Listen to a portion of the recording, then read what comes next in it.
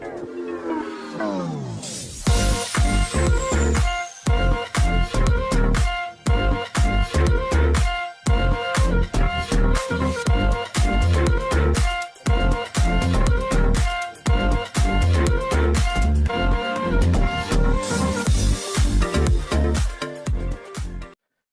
semua, salam sejahtera Malaysia. Selamat datang ke channel Vels Lifestyle. Tuan-tuan dan bapak semua, terima kasih kerana masih setia di dalam channel ini.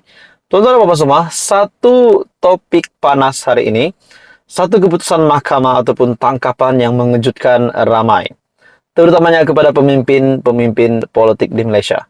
Hari ini tuan-tuan dan bapak semua, satu topik panas ini yang berkaitan dengan nilai RM3,7 juta, di mana saya boleh katakan pemimpin ini ataupun bekas kontraktor didakwa palsukan pesanan penghantaran invoice bernilai RM3,7 juta.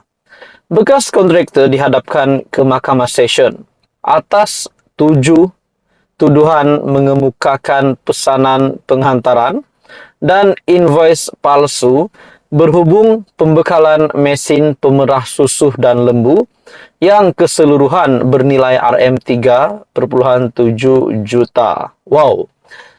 Angka ini bukan jumlah yang sedikit, tuan-tuan dan puan semua.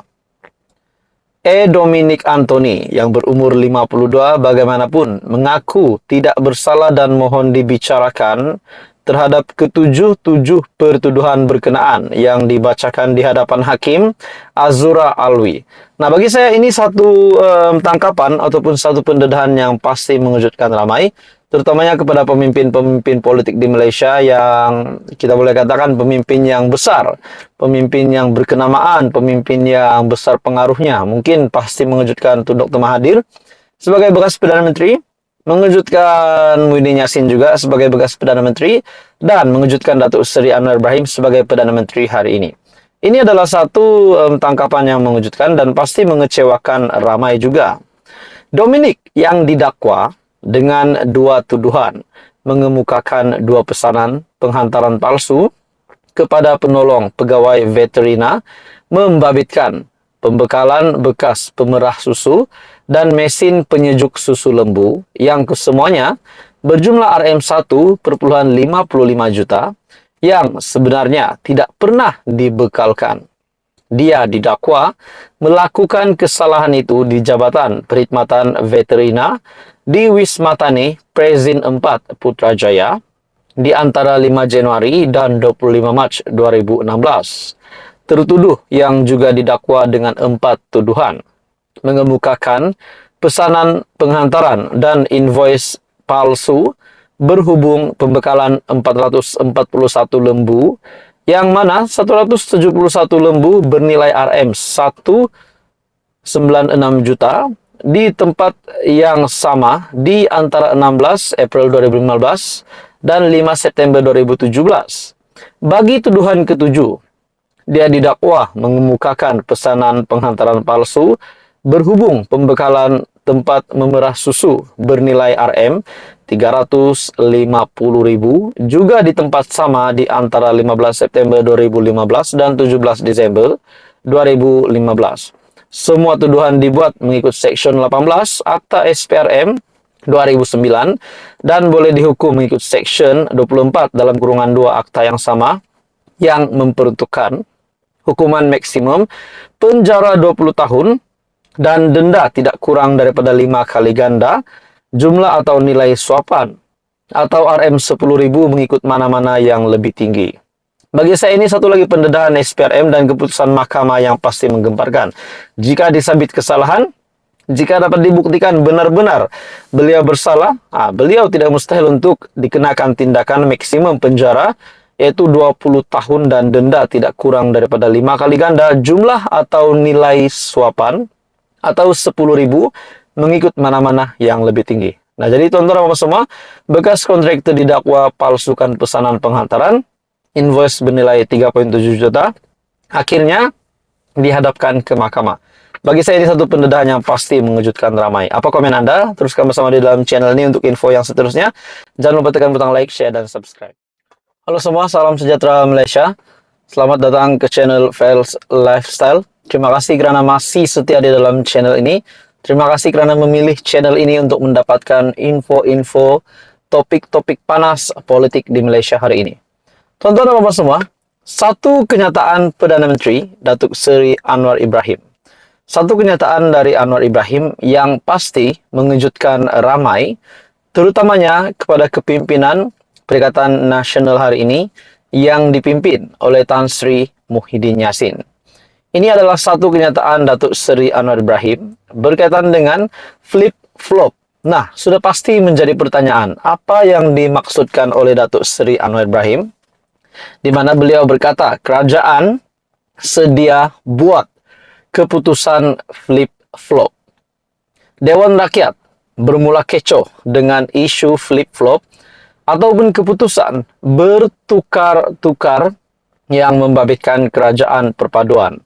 Dengan Datuk Seri Anwar Ibrahim menegaskan beliau tidak kisah sama sekali bertindak sedemikian demi kepentingan beban rakyat.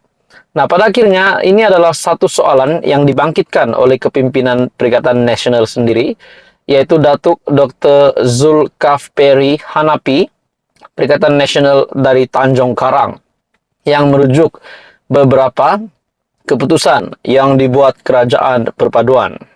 Antaranya adalah isu pemberian subsidi ayam dan telur, serta ketetapan berhubung beasiswa Jabatan Perkhidmatan Awam ataupun JPA dalam bidang perubatan, pergigian dan farmasi untuk pelajar institusi pengajian tinggi IPT.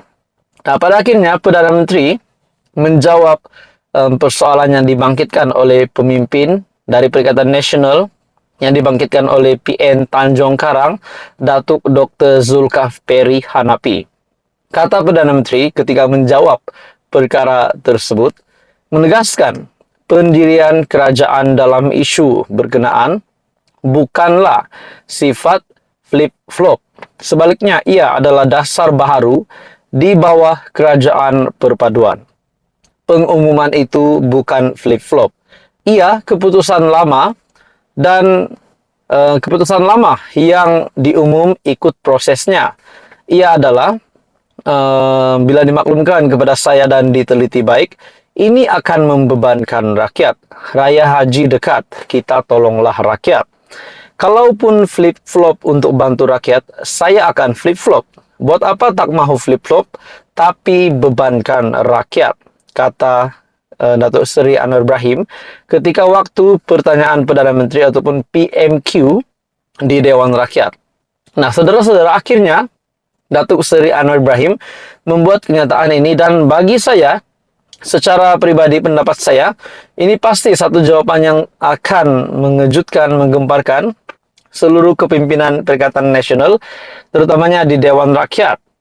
Mengulas lanjut, katanya, mengenai subsidi ayam dan telur yang akan berakhir pada 30 Jun, serta beasiswa JPA bagi bidang perubatan, pergigian dan farmasi yang dihentikan, ia adalah berdasarkan keputusan lama yang dibuat ketika pentadbiran lama.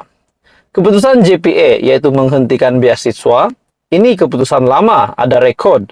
Saya hadir mesyuarat JPA, memang ada keputusan lama untuk mengkaji semula dan menghentikan beasiswa.